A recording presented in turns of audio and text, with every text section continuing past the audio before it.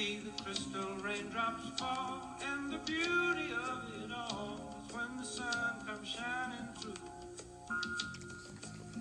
to make those rainbows in my mind. When I think of you sometime, and I want to spend some time with you, just the two of us.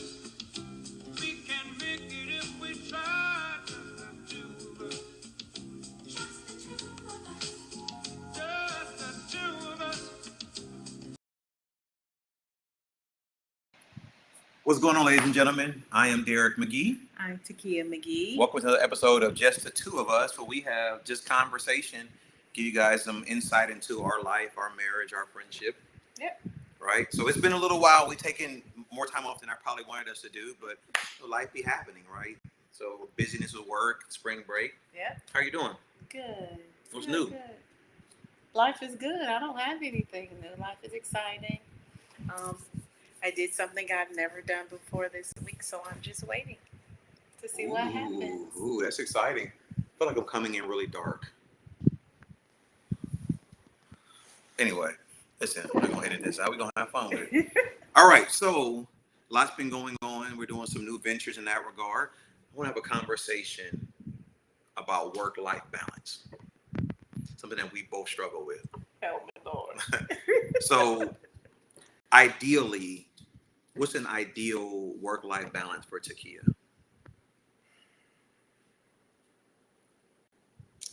Ideally is work is 8 to 5:30, and I cut work off, right? Mm-hmm. And then in the evenings for the rest of the time, I should be family focused. This is bothering me. Keep going. Or family oriented, mm-hmm. But life happens, and I may have to do something for the church. But ideally, is to cut everything off at 5:30, and then let the weekends be the weekends, and not. I don't want to say be bogged down, because church is not a burden, but it can become overwhelming, right? Mm-hmm. Because I think some people think if I text you, you're supposed to respond, I guess, within the hour, not realizing that, like, church is not my main job. I do have a regular job that I have, but sometimes the balance is hard and the scales are unbalanced. Yeah. So work-life balance to me is at times feels very unreachable. Yeah. Right? I'm blessed to be involved in a lot of things, and I have no regrets about any of that. So I think what it comes down to is giving myself enough grace to be selfish. Yes. I say this a lot, and I really believe this, that no is a complete sentence. Yes. Right? And so being able to say no to people and still love them, but realize I'm only one person, you're only one person. Right. If you're saying yes to everyone, you ultimately are saying no to yourself. Yeah. Right? And so I think that's important. I think also work-life balance, like if you're not intentional about figuring it out, mm-hmm. what ends up happening then is you end up leaving your spouse with the residue, yes. the remains, and sometimes those remains are very limited. And right. Remains are exhaustion. Like, mm-hmm. by the end of the day, you're completely tapped out to the point where you don't even have time for your spouse. You just want to feed, eat, shower, and go to bed. Yeah. And then you think about, like, our situation, right, where we have, like, we talked about this before, we have one in college, one's a freshman in high school. But if you fast forward 4 years from now, we're ultimately empty nesters. Right. And so for marriages out there, if you don't really prioritize each other, even when you have kids, you'll look up one day when the kids are leaving or the kids are gone and not know who each other are. Yeah. Right? Yeah. I was given some great advice early on, just in conversation, early on into our marriage, where someone said, and it really comes from Dr. Tony Evans, but I didn't know it at the time. Somebody else said it, and then later referenced him. Said you don't marry to date, but you don't date to marry, you marry to date. And basically what they were saying is, even after you get married, you should still be dating each other, right. Like making intimate time for each other. So I want to tell a funny story. You're gonna love this. So every Friday is Tikia and I get together for lunch. for the most time. There are some exceptions, right? Whether work calls run over, out of town, one of us out of town, whatever. And so one day we were having lunch. I met her there from work. We're having lunch, and we're sitting there having lunch. But I'm on my phone the entire lunch. And she's talking to me, and I'm listening. I'm hearing her, but I'm not engaging. And I think if I'm correct, like I don't know if you texted me at the table. I know when we left the restaurant, she texted me. She said something on. You remember what you said? I just felt like I was just staring at you. Yeah, but you remember what you said when you texted me afterwards? We had left the restaurant, finished eating, got in our cars, go back to work. Like something sarcastic, like thanks for a great lunch day. Exactly what you said. And it was so convicting, right? Because in that moment, I remember because in my mind, I'm thinking to myself, well, I'm keeping up our commitment. I'm showing up every Friday for lunch. I'm here, right? But I'm there physically, but I'm still working through lunch. Call coming. I'm taking a call, things of that nature, right? Because in my mind, if I don't address this right now, nobody else can do it, or the world's coming to an end. And that text was so convicting. It was so revealing and convicting because it was one of those things where it's like, dude, like you just spent an hour and 15 minutes with your wife, and I really couldn't remember anything we had talked about. Like not one thing. I felt like it was just another meeting to you. Yeah. Like I've been in this meeting and I'm checking it off. And that was a long time ago, but I still remember that. And so now when we get together, I do try really hard to like be in the moment. There are some times like I'll tell her at the beginning, hey, I'm expecting a return phone call. I really got to take it if we come while we're having lunch because this person may not call again, something like that, which is rare. But I don't even feel like you were texting. I feel like the person called you. Possibly. I don't know. And you were, and it really wasn't a work matter. I feel like it was more a personal issue. And in my head, I'm thinking like, dude, you really about to sit here and hold a conversation with this guy? Like, you don't see me sitting here? So those were my days when I was trying to save everybody, right? Yeah. Trying to counsel everybody and, my time was everybody else's time, right? And so, again, here's the text you sent afterwards, albeit sarcastic, was so convicting because I didn't realize how bad it had become. Like she didn't say anything at lunch. When I finished the conversation, she didn't say anything. I think we just proceeded eating. We may have been having like some, very casual conversation, very generic. And so in my mind, I'm like, everything's cool. And that text came out, I'm like, ooh. Because you could have. How did that make you feel? The text was, I told you it was convicting. Like, but like, you weren't upset that I sent the text? No, I was. There's nothing you said in the text that was, you weren't wrong about anything. For me, it was an eye opener. I didn't realize. It really made me pause. I mean, I was still in the parking lot. You had already pulled off. By the time I saw the text, I was sitting in the car looking at my phone, looking at the next messages, and I happened to see yours. And I looked at it and I was like, ooh. And the funny thing about it was that there was like no capital letters in the text. It was a normal text, but I could sense the tone. Because it's like how dare you? And I remember sitting in the parking lot for a while, just thinking about all of that and really like assessing everything. Yeah. And yeah.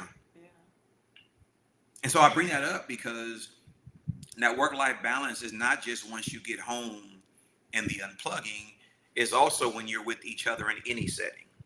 Right? Like if you commit to go to lunch with your spouse and you guys will go to meet for lunch, like in that moment where there's 30 minutes or an hour, like that time should be your time.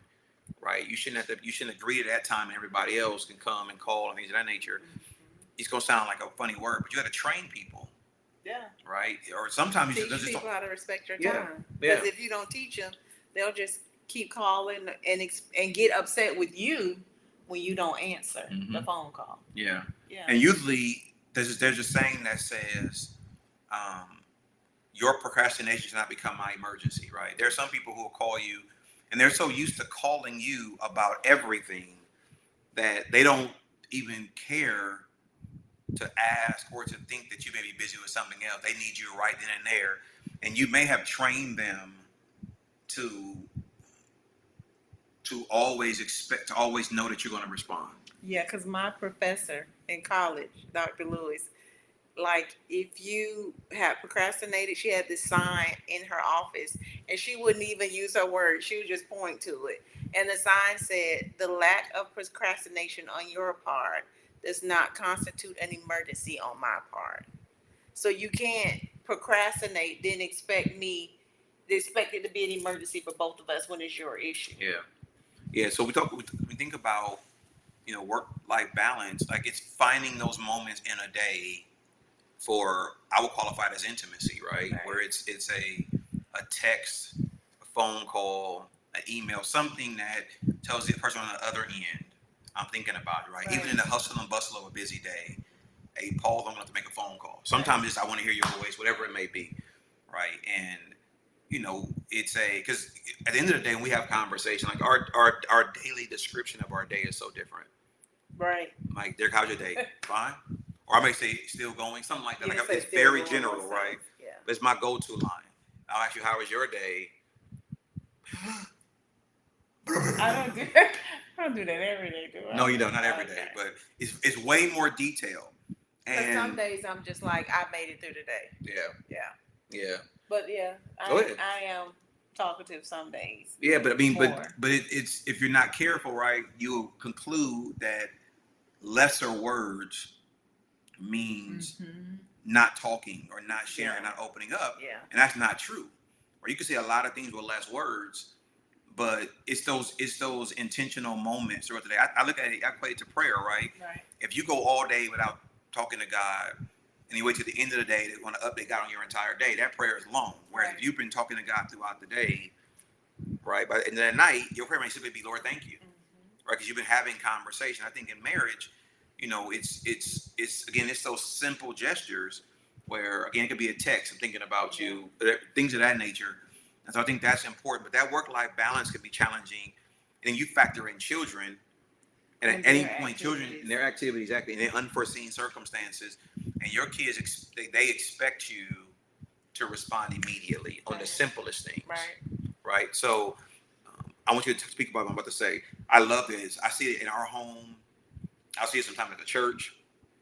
I'll watch videos sometimes, and there'll be a reel here or there that talks about it, where me and our daughter or me and our son could be in the same room watching TV, talking, whatever, and they'll literally wait until you get in the area or whatever, mommy, and I'm sitting right there. And so like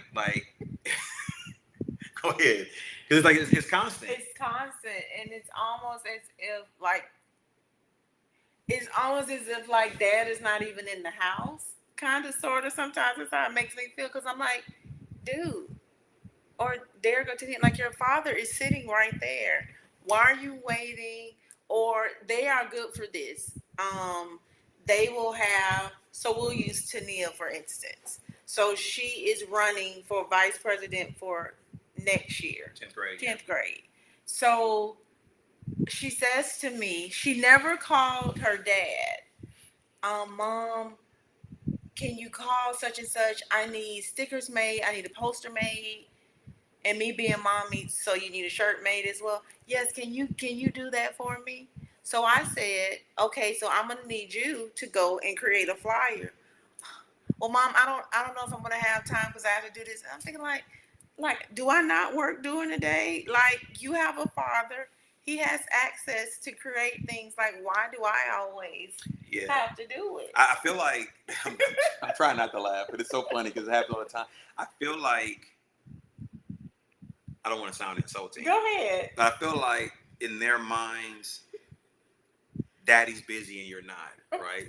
Yeah. I feel like it's I think about it, like, sometimes I was like, hey, I'm right here. Like, y'all didn't even ask me. Like, I remember one time, I think you were going to the grocery store or somewhere, and you were going for a good amount of hours. And we were all at the house and hanging out, laughing, whatever. Maybe she may have been in her room, maybe in his room before he started going to college. And everybody was on their own thing. Yeah. As soon as you came home, they made you at the door with all these things they needed. And I remember you saying something to me. I'm like, I've been here all day. They ain't saying nothing to me. And or I get text messages, Mom, can you stop by Walmart on the way home?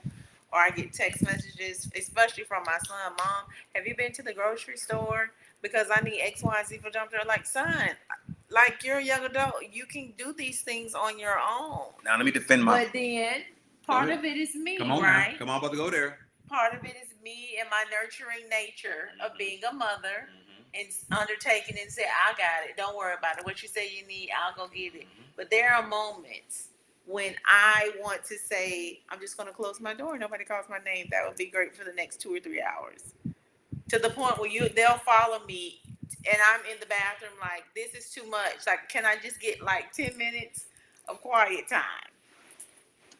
But they very rarely call you. Why is that? Because you try to be superhero. So one thing I always say to Tikia is you can't be all things to everybody every day. Yeah. Right? Tikia tries her best to be all things for everybody every day. And the fact of the matter is we've been blessed to raise our kids in a manner where they can make decisions. Yeah. There is an independence there. And I'll tell you what I think it is too. I think it is they're not going to do it the way you wanted to get it done, so you go ahead and do it. I think I told you guys a story where Tikia had to have surgery 2021. Yeah, December. And so she was in her recovery. She couldn't do much of anything. So, being a good husband that I try to be, I said I was going to clean the house. Like we knew we had to do things and mommy couldn't do anything. So, vacuuming the house, cleaning the house, because my wife likes to make sure the house is like nostrils burning clean every weekend. And so we had done that. I was very pleased with the outcome, right? Of the three of us, what we had done, keep mommy having to do anything. I was very pleased with everything, right? Very, very proud of myself, and groceries were purchased, all of those things. As soon as the doctor cleared you, as soon as the doctor cleared her, the first thing you did when you got home is change your clothes, put on your bleach stained moo-moo, and clean the entire house. I'll be talking to people about my If they're black, they have on their own. And I remember feeling so insulted, like, dude. And you remember you said something like, it's clean, but it ain't my clean. Something like that you said. I'm just like, bro, we did all this. Right? And I say that to say in comparison to our kids, I think it's that situation where they can get it done, but, or it could be, forget about that, it could be the need to be needed. You love that they need you. Let me backtrack. Let me backtrack. Do your thing. Most times, I don't love the need to be needed. I don't have to sit in that. I'm not that person. Come on now. You don't have to worry about me with that. Because some days I don't even want to be bothered with myself. I just want to stay in the bed. Okay. So it's not the need to be needed. I think it is. Okay. As you mentioned in your sermon today, I know I can get it done. And I know I can get it done in this X amount of time. I'm just going to go ahead and do it. Do it myself. And I know that's not the right way to do it because it's not teaching them independence and all of these things that we say we need to prepare our kids with to be successful adults. Because half of the time, our parents didn't give it to us. They answered us when we needed them, right? Mm-hmm. They very rarely told us no, unless it was detrimental to us or something that they were. Okay. So I just... Yeah. Yeah. Yeah. You good? Yeah, I'm good. You sure? It's not the need to be needed. It's just us being mom. Mm-hmm. I think that's what it is. There are days where it does become overwhelming. It does. But with balance, I just don't know if there's a secret recipe to have it balanced the same way every day, or that the scales are always balanced. You see what I'm saying? Yeah, so let me ask you a question. Maybe end up being a twofold question, but the question I'm thinking about on that is, do you think you can find a work-life balance free of guilt?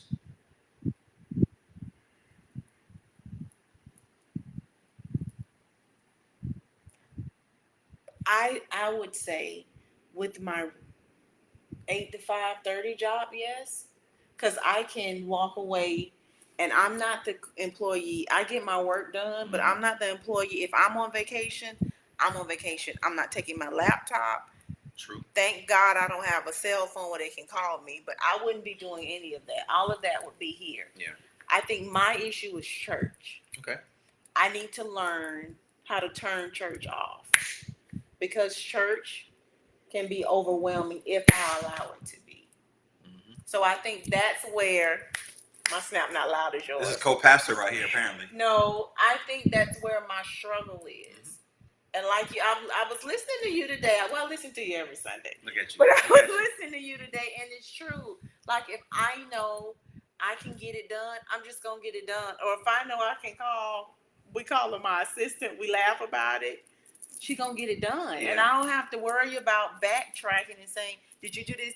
She's been with me and been doing it so long with me that she just knows what to do. Yeah. So all that's true. Like I get on Tikia because right there is a lot that she does for Bible Based Church, and I'm ever grateful. You know that. But I feel like some of the stuff that she does can be delegated, and I feel like she sacrifices time and sleep and things of that nature. And while I appreciate what God has blessed us to be able to be entrusted with, right? If I do what she does, she gets on me. Right. But when I get on her, she's very, very defensive, right? Like we don't get into spat. I'm like, yeah, like you have to do that tonight. And she'll give me this reason why. So the next morning, I get up at 4 o'clock every morning, no matter what time I go to bed. And so I'll get up, and by the time it's time for Kia to get up, it's give me 15 more minutes. Darrick, I'm so tired. Oh, when I get home, I'm going right to bed. And she'll get home from work and go to bed, right? Because there's always something else. And while I appreciate, what she's doing and things of that nature, I do have a concern because burnout is real. But also, hold on. But also, it is. I try as a pastor of a great people. I try my best to have a cutoff. Right, like I don't try to do anything church related once I get home on Sundays. Right, you have to have a cutoff, otherwise it will literally overwhelm you. And because I'm bivocational, right, like I have to make time to mentally prepare for the work week, as you do. Right. And so there's always something church related to get done, which is why I'm grateful to have our governance structure, have leaders in the church, their assignments, so on and so forth. But if we're not careful, there's enough that needs to get done that will consume us every single day. So being able to cut things off and being able to be Tikia and not always Lady T, to be Darrick and always Pastor D, right? Right. To be daddy and not an entrepreneur, right? To be mommy and not blogger, right? Like those things, we're blessed to do a lot of things, but all of those things, as my therapist told me, all the things that we're blessed to do are extensions of who we are. Right. If the who you are is put in jeopardy, all the extenders that come off of you die off eventually. Like you gotta work on Darrick and Tikia. Otherwise, the blogger and everything else that you do or desire to do won't ever be able to be fulfilled because Tikia is running on empty. Same thing with me, right? And so that work-life balance, I agree with you on the church thing. For me, it's not the church thing. Okay. For me, it's the the political work that I do by way of lobbying, right? Because session is consuming. Right. Early mornings, late nights is very, very consuming. Your day is going nonstop. By the time I get home, like I intend on spending time in conversation and engaging. I really do. Bless his heart. As soon as because I get up so early, as long as I'm in motion, I'm fine. If I sit down too long, right? You know this. I'll be out there in the family room on the couch, and next thing you know, I hear you trying to get me up, but my body doesn't want to move. Yeah. To the point where I just like, Tinia, go get your dad. Like I can't get up. Yeah. Right. And so it's that realization of going to bed at a reasonable time. And I don't have a problem eating right. I do good in that area. I exercise daily. Or I get up. Oh, that's like, but it's the. He's more committed than me. But it's the really the understanding, taking care of your physical matters. And I think when you rest well, you are equipped better for the day. When you rest well, you can even exercise, and it won't be. I gotta roll out this bed and exercise. The problem is resting. But you said burnout. Mm-hmm. Burnout could happen, but what I don't want, I need to find the balance. I don't want church to become resentment. Speak on that. I like that. Like, I gotta do this, and I really don't want to do this. Like, I'm sick of doing this. I'm sick of hearing this. I'm sick of going. Like, I don't want that to be me. Yeah, I like that. I look really black on screen. No, you don't. You're just chocolate, baby. I like that though, because it can be right. Like we are.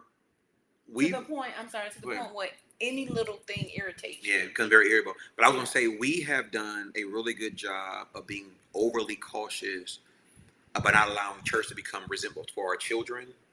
Yeah. But I don't think we do that for ourselves, right? Like we are protectors of our very kids. Protective of the kids, making sure that the church not putting burdens on them to try to be, because people in church will try to make the pastor's kids be All the things. ideal model Yes. and all things, and their kids aren't, right? So we're very. Come on to you talking your talk, McGhee. Say that one more time. You please stop hitting my leg. I hurt. God. But they will, right? They'll try to put perfection on our children. They don't have on their own kids. Yeah, like to the point what where are you doing? our kids do one thing wrong, it becomes this major thing. And I quickly go into daddy mode, right? When you go into mommy mode, like that, I'm quick to do that. You're not gonna put that burden on them. And mommy mode, you won't get Lady T. You will not get Lady You'll T. get Tikia McGhee. Yeah, with the eyes that stretch. Yeah. And the neck you that won't rolls. get Lady T. You might not like the Tikia you get, but don't bother. Don't bother with my husband. Don't bother with my kids. Don't bother with my family. That includes my mama, my siblings, even my mother-in-law. I will come see about you. Yeah. I'm gonna tell people this in this camera.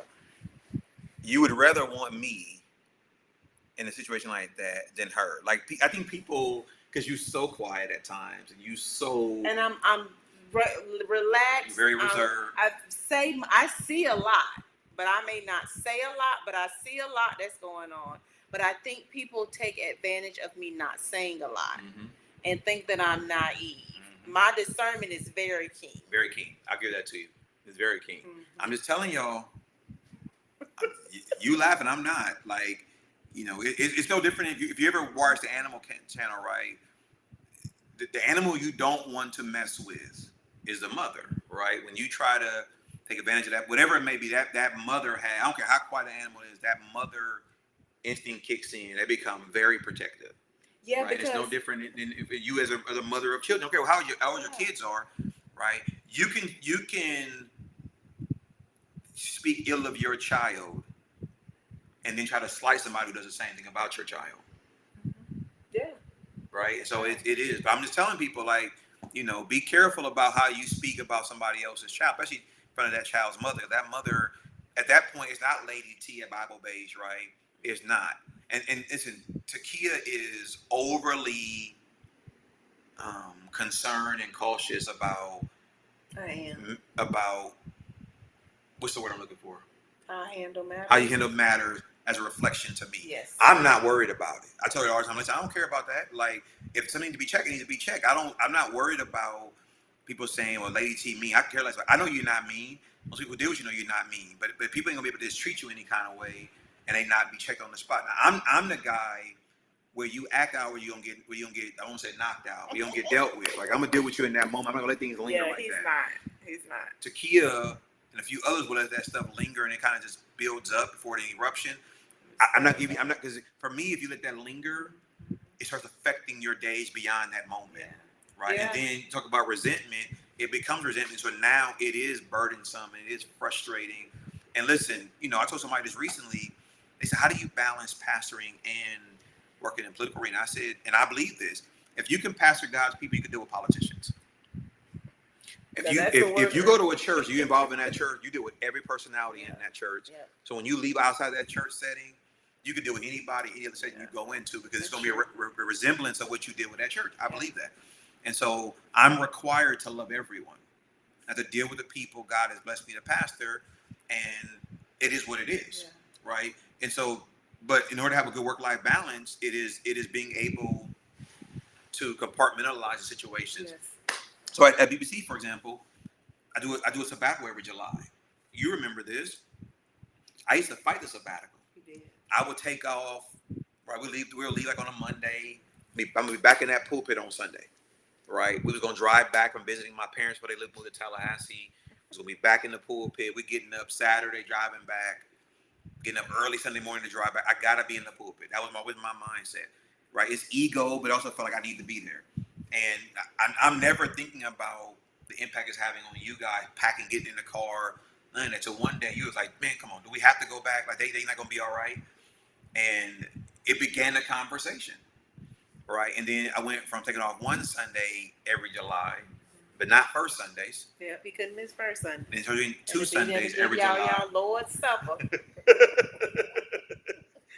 And then I think like maybe 4 years ago, whatever, I know when we went to 2020 with COVID really at its height, like I was like, coming through there, I'm like, okay, I'm gonna make a lot of changes. Yeah. I'm gonna give kudos to somebody who really blessed me, and it was Pastor Julius Harris. Okay. Jay and I had conversations, and then I observed Jay. Jay has no problem. He'll text my man, we in Orlando this weekend. I ain't gonna be in the pulpit today. Like we text each other every Saturday when we're preaching the next day. Me, all the Covenant brothers do. So our sermon title, our text, our points. And then somebody may occasionally say, man, I'm not up today. One of my associates is up, or I'm out of town. I started noticing that Jay literally was living. Like he and Lady Frida and the boys would go somewhere. And he just said, he's like, man, the members are going, they're traveling. Right? They're going out of town. They're going to the beach. They're going on cruises. Right? Like I want to live too. I want to live while I can live. Mm-hmm. And that really began a thorough situation. You know what, man? Like, bro, the Lord has blessed you all tremendously. Church is what the church is going to be, but don't put on hold living until later on. Because people will always place more expectations on you than they do on themselves. Yeah. Which means, like you said, they can wake up on Sunday and say, hey, we ain't going. Yep. They'll easily. be all right. And may I just be honest here? I look in this camera. I missed the day before they started pastoring. We wake up on a Sunday morning and Boy, say, I'm about to run in here. listen, I don't feel like going today.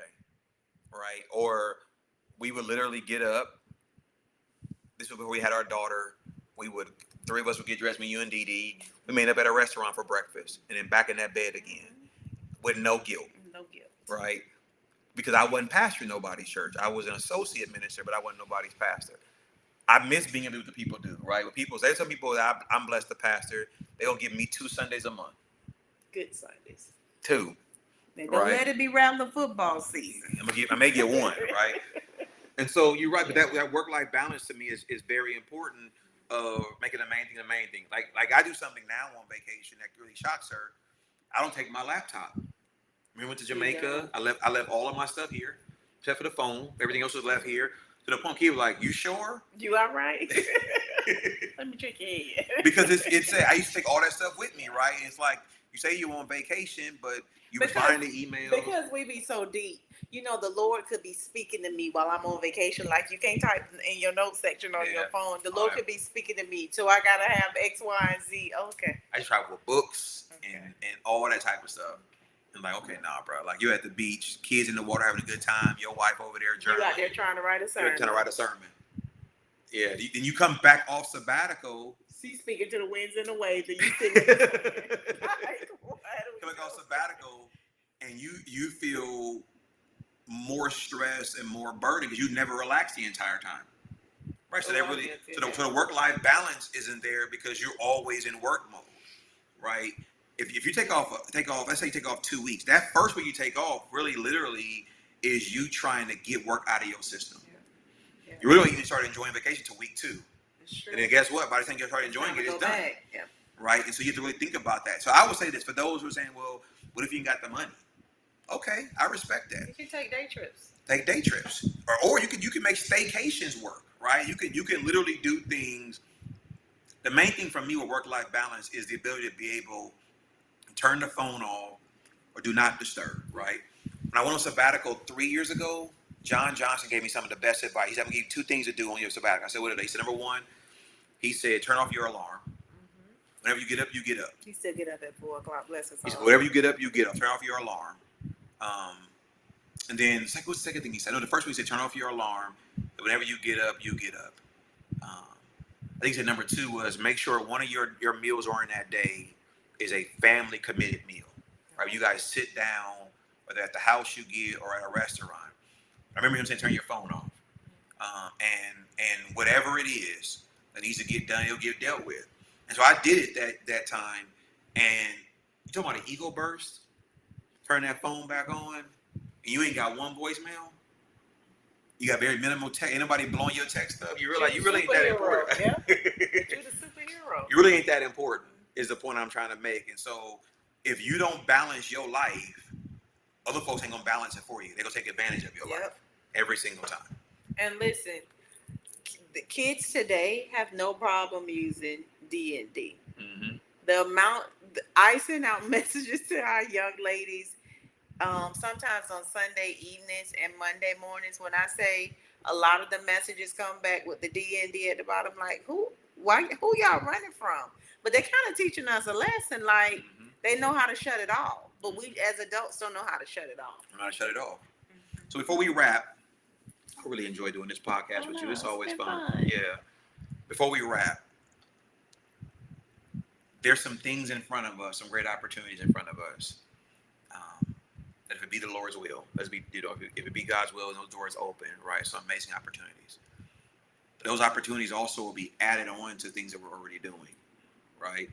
So what is Tikia planning to do or committing to do to not feel overwhelmed nor drown, but be able to really execute and implement a good work-life balance? I think mine is gonna be time management. Okay. I struggle with time management. Like I can be easily distracted. Like I'm supposed to be looking or doing something, and something else across my mind. She on social media?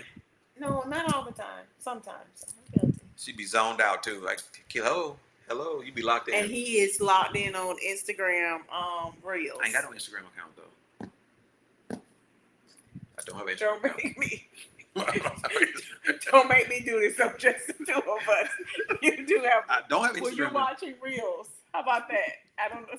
You're watching Instagram Reels. It's the Lord's Day. Every day is the Lord's Day, but you watch. You were making a point. You were making a point earlier. You're trying to cut me off. Y'all still want me to tell y'all a secret. I'm trying to keep you focused on whatever point you're about to make. Focus. Okay, sir. Mine, no, seriously, mine will be time management. Yeah. I got to get better with time management and doing and executing and using my reminder. And if it pops up on my reminder, go ahead and get it done. Because sometimes I'll procrastinate to the last minute. And if I want to do what I'm planning to do, I have to have better time management skills. Yeah, for me, so I don't have a problem with time management. And that's not even like ego speaking. I've always been that way. It was kind of, No, it's not. My mom would say as a little kid, like I've always just been a person, because I was around uncles and a grandfather and even a mother who like they were adamant about punctuality and about getting things done. One of us. I had a couple bosses who were very, very particular about details, right? So it's kind of ingrained in you. Yeah. So mine is not there. For me, my constant struggle is getting adequate sleep. Right. I have never, my mom even talks about this. I've never been an 8-hour sleeper. Even when I was a little kid, I didn't do 8 hours. So I try to get to that range of 6. I don't even know how you do it. I don't either, but I do, right? I've never, there have been days I've gotten 8 hours and I feel like I'm just sluggish. And you can attest to this. I try to sleep in. We'll go out of town. I turn my alarm off, right? It's not on. I'm still up at 5. Up at 5 and asking me and Tania, like, you coming down for breakfast? Breakfast Sir, time, we're on vacation. We get up when we get up. I'm used to eating at a certain time, right? Like I'm like, come on, bro. Like, can we make some motion? They gotta close out the suitcase and throw on some warm ups and do the whole thing in the bathroom. And they gotta have a conversation amongst each other, and then they gotta fuss each other out about something. I'm just saying, like, man, can we just go downstairs? Because we're on vacation. And because our son is in college, some trips he don't go on. Yeah. But back in the day, we would just leave them and then reserve a seat for them. Now, like if I leave them, it's gonna be a worse trip because I'm the only male. I'm like I'm not gonna deal with that. So for me, it's just always trying to get adequate enough sleep of being able to say, Darrick, that this can be delayed to tomorrow. Right. Yeah. Right. So at a certain point, just turn the phone off or put the phone down, put the phone in a different room, all those type of things, so that you're getting enough sleep, so that you're able to be fresh the next day. Right. So that's my thing. And I believe that if you do it, I've always believed this, and Dr. Cindy Trim talks about this in a book as well. If you give God the first fruit of your day, God will help you put everything else in order during that day. I really believe that. So I try my best to open my day a one-on-one time with the Lord. When people say, how do you get up at 4 o'clock in the morning? Like even like this morning, like I would love to lay in the bed, but I made a commitment with God that this is going to be our time. So I feel like if I'm not up at that time, God has shown up and I haven't. That's really how I look at it. And so it's not that I'm not tired or I'm not sleepy, but I have an agreement with God that this is going to be our time together. 4 to 5 every day is going to be our time together. Well, can I ask you this? Because you put that pressure on yourself, because like this is something you want to do, like your alone devotional time, what happens if God speaks to you at noon during the day? I still write it down. Okay. But what I'm saying though is number one, I don't feel like it's pressure. What I'm saying is, think about Adam, right? Adam had a set time with God every day, and God showed up even after the fall in the garden. God showed up. What I'm saying is I realized that I was lying to myself by saying I'm gonna give God 7 p.m. every night for prayer. It's not gonna happen, right? Because things are happening. And then it's like, you're just busy. Things happen, right? But I knew that at 4 in the morning, you get up at 5. At 4 in the morning, nobody in the house is moving. Yeah. So I needed that time where I had no reason to be distracted by anything or anyone. But by the time I'm done with my alone time with God for that hour, you're either up or you're getting up. At that point, I'm transitioning over to go work out, right? So it is that situation. And so for me, it's as my desire to be a great husband, a great father, and a great everything else, right? None of that's possible, in my opinion, if I am not genuinely and sincerely spending alone time with the Lord. And so the way I handle you when you wake up in the morning, that's a result of being alone with God. But keep being alone with him. Hallelujah. And so that's really what it is, right? But so I know I'm getting up at this time. Okay. So that means I gotta subtract, I gotta back up. It's okay, what time I need to go to bed? Make sure I'm so even like when I'm alone, I don't want to be sitting there and I'm nodding off to sleep. Like I want to be attentive. Yeah. So that, for me, is definitely that. I don't have a problem saying no to people. Okay. You don't. For the most part. Like, there are some people like, for the most part. But I don't, in that regard, but definitely not gonna let people intrude into what we're trying to get done. For those who are listening, let me say to each one of us, work-life balance is an ever-evolving, I would argue, a daily struggle for everyone, right? We're all trying to figure it out. We're all trying to figure out how can we be better at what it is that we want to be able to do, because you want to be attentive to what is going on in your marriage, what's going on with your children, what's going on in your own personal life for those who may not be married. I get all that. And it's never, you never get to that point where you've mastered it. So my commission to all of us is make a commitment to figure out where you are today. And based on where you are today, what can you improve tomorrow, right? Dr. Myron Rowe has a book called The 2% Way, getting 2% better every single day. And that's really the thing is, you can't make improvements on yourself. You don't first know where yourself is. That's the mindset. Listen, I'm Darrick McGhee. I'm Tikia McGhee. Thank you again for this new episode of Just the Two of Us, where we give you insight into who we are, let you just see our friendship, right? We are happily married. We're the best of friends. We also just have a great friendship where we laugh and challenge each other. We're not perfect, right? We have our own debates, but it is what it is, right? We love each other and we're committed to that. So I pray God's blessings be upon you. Remember, marriage is honorable and all, bed is undefiled. Till next time, bless y'all. See you later.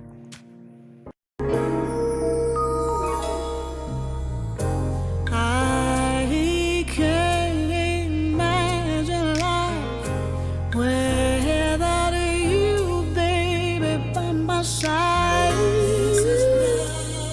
That I'm feeling, I'm hoping you're feeling the same.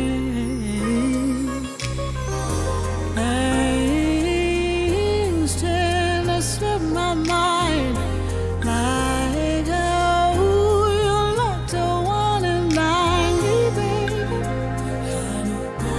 Ooh, according to the way that we feel.